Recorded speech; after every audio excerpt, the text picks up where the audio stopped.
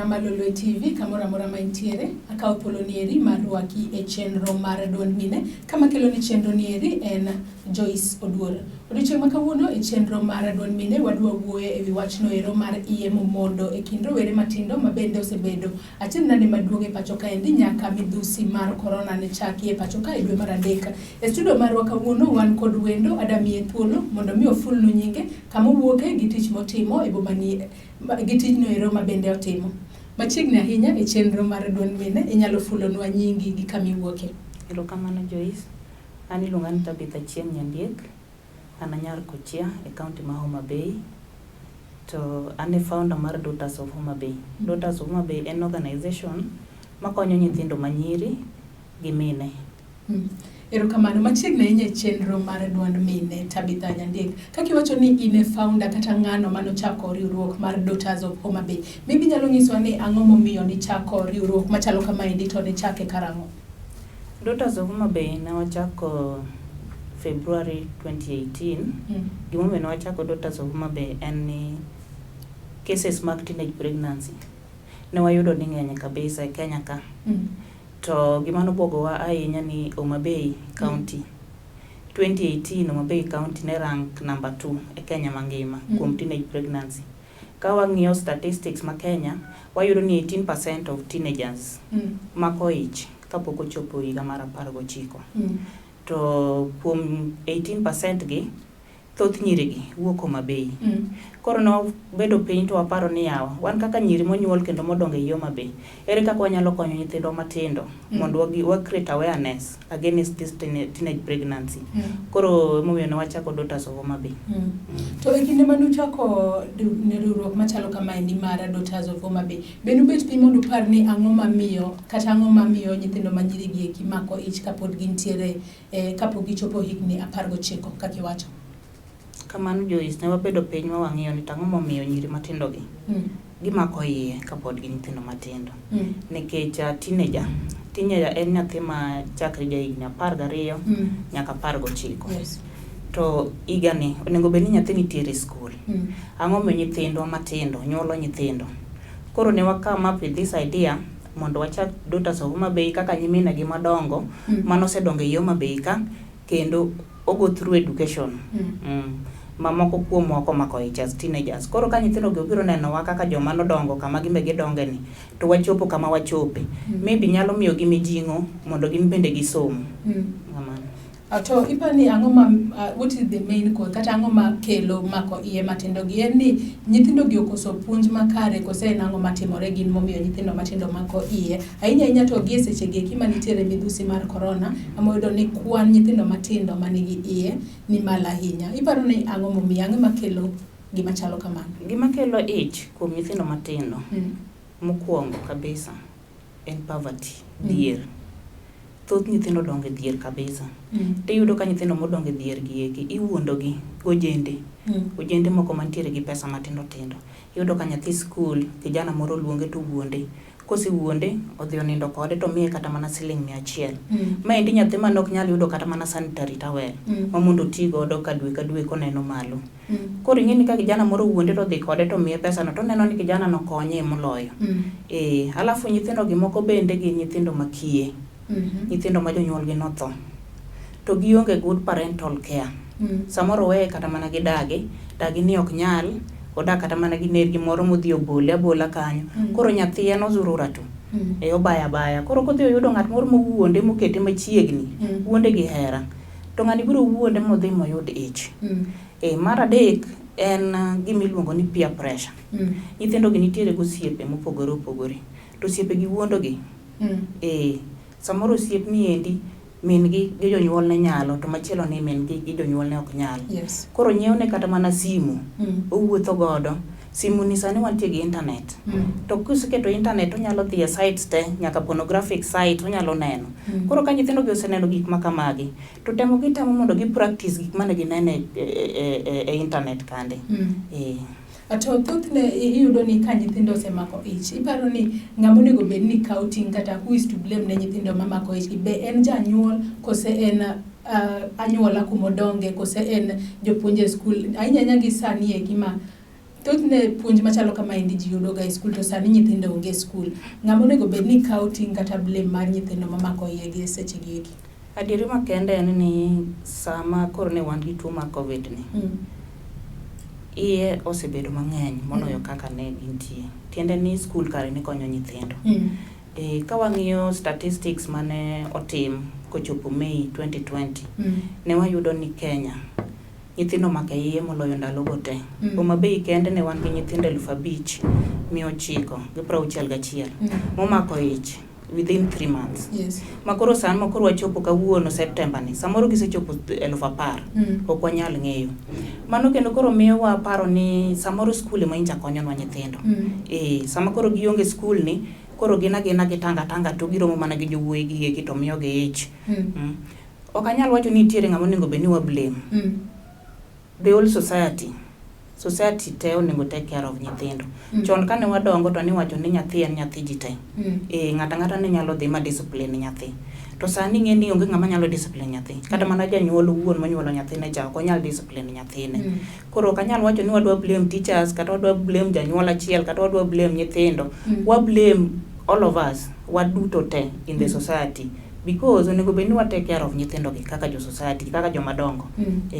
To thoth ni yudo ga ni jonyuol gi eki ma nyithindgi yudo ich yudo ni ere kaka be riwruok mari yudo thuolo mar wuoyo gi jonyuol mondo mi gine kaka gikawo kata ka nyathi okelo negi wach mar mako ich. Ere kaka janyuol onego bed ni kawo wach makamano, nikech yudo ni kaluwore gi kaka janyuol okawo wach makamano, yudo ni nyithindo moko ka janyuol okawo wachno marach ginyalo negore kata ginyalo seek for abortion. Ere kaka janyuol onego kawo wach makamano mondo nyathine kik winj ni owe oko kata okete tenge? Shida mantiere kendo wach madieri en ni thoth jonyuol ok gitim gimiluongo ni sex education. Puonj te mag nyithindo waweyo ne jopuonj. Japuonj ok nyal puonjonwa nyithindo. Nikech ka wang'iyo time ma janyuol kawo gi nyathine, onego bed ni ng'eny maloyo time ma japuonj kawo gi nyathi. Koro ere ng'ama onego puonj nyathi? To jonyuol oluoro wuoyo kuom weche terruok gi nyithindo. Sama kiwuoyo weche terruok gi nyathini, ng'ama iparo ni dhi wuoyo kode, nikech ng'ama weyo ni mondo dhi wuo kode ni nyalo terore kode. To koro ka waketo nyithindo machiegni ma wakonogi ni wachni onego bed ni rito nyaka ibed right age. Koro sama nyathi ochopa 9 years, onego bed ni janyuol chako kete machiegni to janyuol bedo kode free, to janyuol kone ni weche mag terruok kik idonje. Gini nigi sani, wariti. To moloyo mogik, onego bed ni wantiere gi mentors kuonde e society ma waaye. Ma watang'o ne nyithindo to wakone ni neno kaka adwaro ni mondo ibed ka nyar ng'ane. Nyathi ma wuoyi adwaro ni mondo ibed ka wuod ng'ane. Sama wang' gintiere gi mentors ma gi look up to e society ma giaye no endo, ibo yudo ka nyathi tiyo matek mondo obed ka ng'ane. To most of the society onge mentors. Emo mineno ka shida ni biro. Nikech janyuol otamore wacho wach mag terruok gi nyathine kech wiye kuot. Alafu ute ma wadake gi be yudo ka janyuol samoro en a single parent. En a single mother. To single mother ni en gi nyathi ma teenager. To ode ka kawuono kelo dichuo ma, kinyo kelo dichuo machielo, orucho kelo dichuo machielo. En example mane momiyo nyathine ni. Ka en ng'ama dichuo, ode ni en gi nyithindo ma teenagers. Obed kata wawe ni koro ok mar nyako. En gi nyathi ma teenager ma wuoyi. To en a single parent. Ode ka kinyo kelo dhako ni, orucho kelo dhako machielo. Example mwamiyo nyithinde ute mwadake gi ema hinyo nyithindwa kabisa. Koro as a parent kaka janyuol, ang'o onego bed ni wabedo the best example ne mar nyithindwa gi. Nikech adieri ok bi manyo an example outside. Ne nyathini to ine minyuole. Koro number 1 example mar nyathi monego bed ni nyathi kopo en janyuol. Ka in janyuol musiko imadho kong'o, tiduogo tigoyo chiegi e dala. Mane gima nyathini ma wuoyi dongo kong'eyo ni ng'ama dichuo onego bed ni goyo ng'ama dhako. Ka in janyuol ma dhako, to inisiki keka e dala, igera gera, chuori yanyo, nyithinde goyo. Nyathini ma nyako cha be dongo kong'eyo ni kama e kaka mon gin. Koro education mar nyathi chakore gi ot. Eko wuok oko. A good parent raises up a good child. Yes. A bad parent brings up a bad child. Erokamano, we wadhi e yueyo matin. Jaera Malolwe TV wabiro kawo yueyo matin kaeto wabiro duogo e tielo mar ariyo mar chenro nieri mar duond mine. Kama odiochieng' ma kawuono e studio marwa wan kod Mikai Tabitha Nyandiek, kama bende wawuoyo weche goeko kata yore goeko ma bende inyala ked godo kata inyal tiek godo iye momondo e kind rowere matindo. Kik idhi mabor.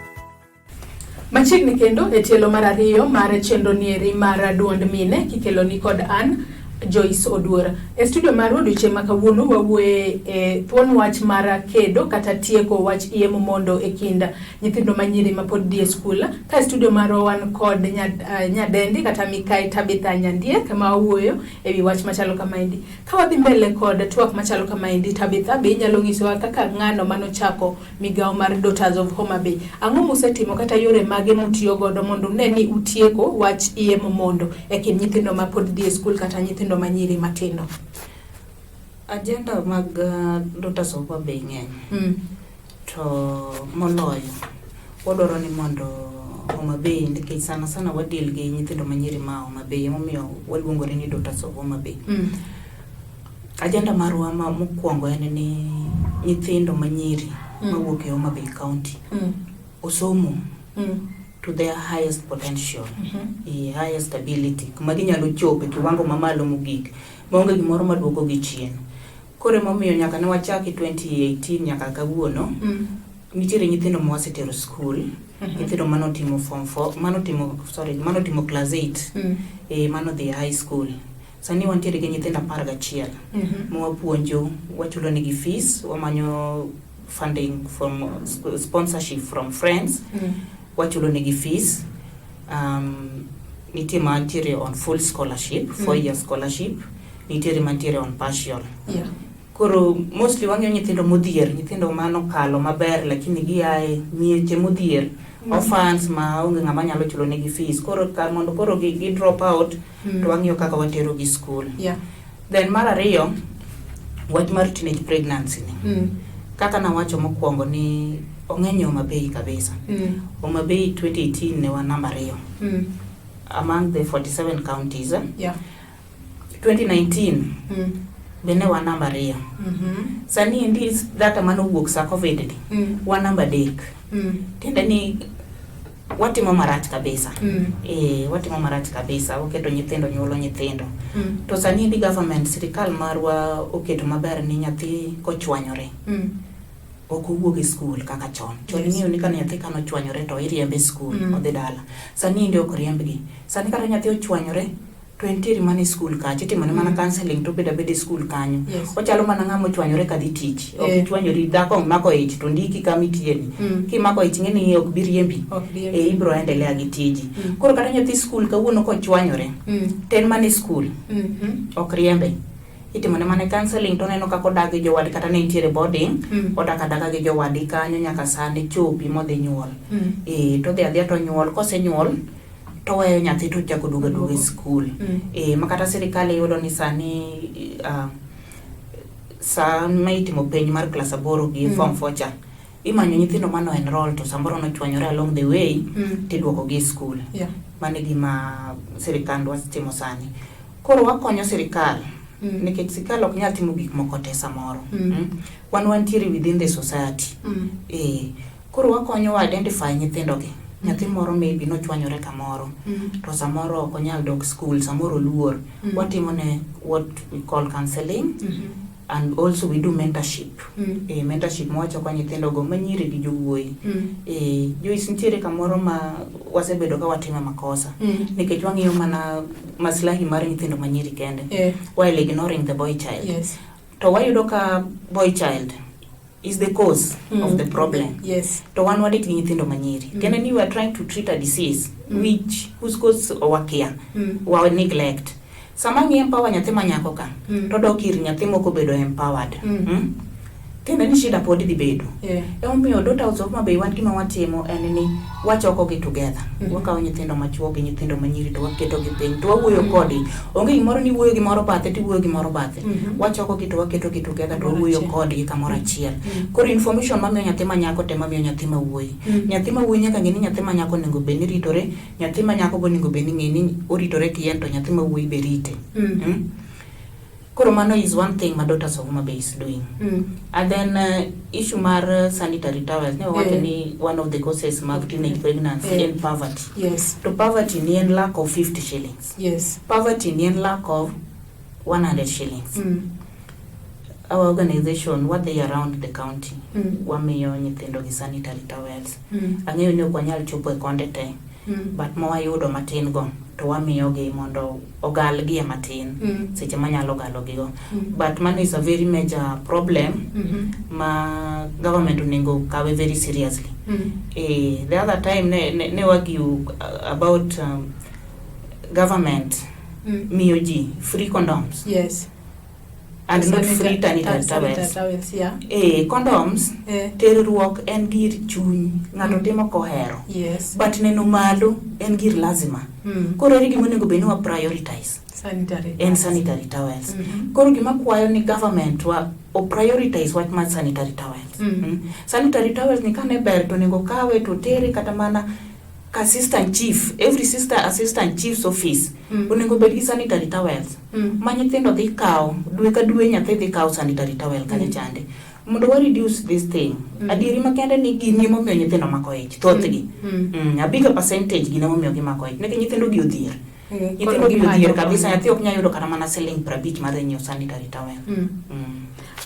To iwacho ni nyithindo gi seche ma uromo kodgi like e yore machalo nade kata uromo kodgi kanye kose nitiere kama ka nyathi owinjo ni ere kaka onyalo chopo ne Daughters of Homa Bay kata ne jo nyithindo manyiri go iko man Homa Bay, ere kaka onyalo chopo no mondo mi umiye kony ka nyathino eromo chando maonge kaka onyalo konyore?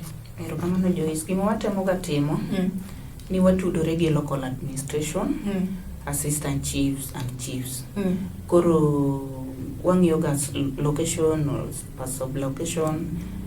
Koro wawuoyo ga assistant chief to choko no nyithind school teenagers mantiere around no. Koro wanyalo chokore kata mana school moro to gibiro to wawuoyo kodgi. Watimo negi mentorship. Yani wamiyo gi, wapuonjo gi against teenage pregnancy. Wapuonjo gi kako nego bed ni giritore. Wapuonjo gi mondo gikaw education margi ma serious. Koro bang' puonjo gi kamano gimbe ginyiso wa challenges ma gin godo. Ng'eni sama giwuoyo kod ng'at moro ma stranger ma gibede very free, ma gikono wa kata kaka janyuol ne poko wacho ne weche gi, kuonde ma giromo gi chuo gi. Koro kwa si wuoyo kod gi ma wabuild rapport maber to gi open up. Koro bang' wuoyo no to wamiyo gi sanitary towels ma wan godo matingo. Akoro ka wadhi ka watieko maybe advice ne teenagers mago ma yowuoyi gi manyiri manoko kae ka watieko chenro machalo kamae. Gima nyalo wacho ne nyithindo manyiri gima jowuoyi en ni terruok nyalo rito. Sex can wait. To sex ni bomit mana kitime king'ama ng'ungu. Dak keny. Time keny gi chuori. Ki nyathi matin mit midhi winje gini onge. Ten gima lit ni pondo idhi terori gi ng'ato alafu idhi mako ich. Kizungu wacho ni the only evidence of sex is pregnancy. Koro paro ni idhi pondo. To idhi mako ich. Koro evidence ni ka isebedo kiterori en wich pot kabisa. Alafu onge gima mit ka nyathi manyako nigi pesa ne. In gi pesa ni inyalo timo gimihero, kendo sama in gi pesa ni no misomo.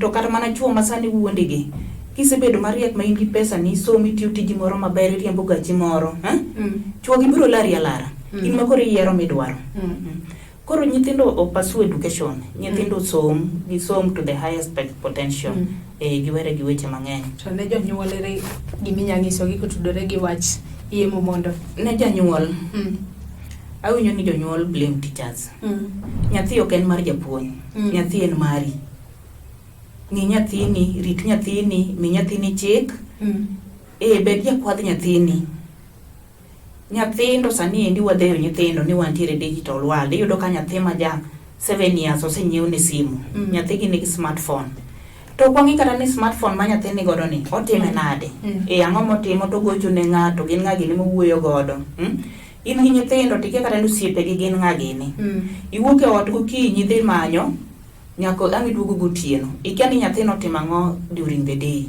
to noromo gi ng'a to nowuoyo gi ng'a koro kaka janyuol wan mondo wabed kiwango mokwongo mar rito nyithindo wa ensure ni nyithindwa odak maber nyithindwa wamiyo guiding and counseling maber nyithindo ofisbe gi tema giwuotho godo wang'eyo erokamano ajara ma Lolwe TV gi kanye mwachope giko mar chenro mar Don Mine mane waikoni e Lolwe TV otieno makawuono kodiochieng' makawuono ne wan kod nyadende Tabitha Nyandiek ma bende wuok e kaunti no ero ma Homa Bay ka bende lek mare en mar laro kom no ero mar women rep kata jatendwa Keini e kaunti no ero ma Homa Bay kochopo higa no ero mar 2022 to mae en achiel kuom chenro go eko ma bende ochako e kaunti no ero mar Homa Bay mondo mi ojiw nyithindo go eko manyiri mondo kik mak iye kapod gitindo nyaka kendo rome chenro machielo oriti masani nyinga Joyce Oduor.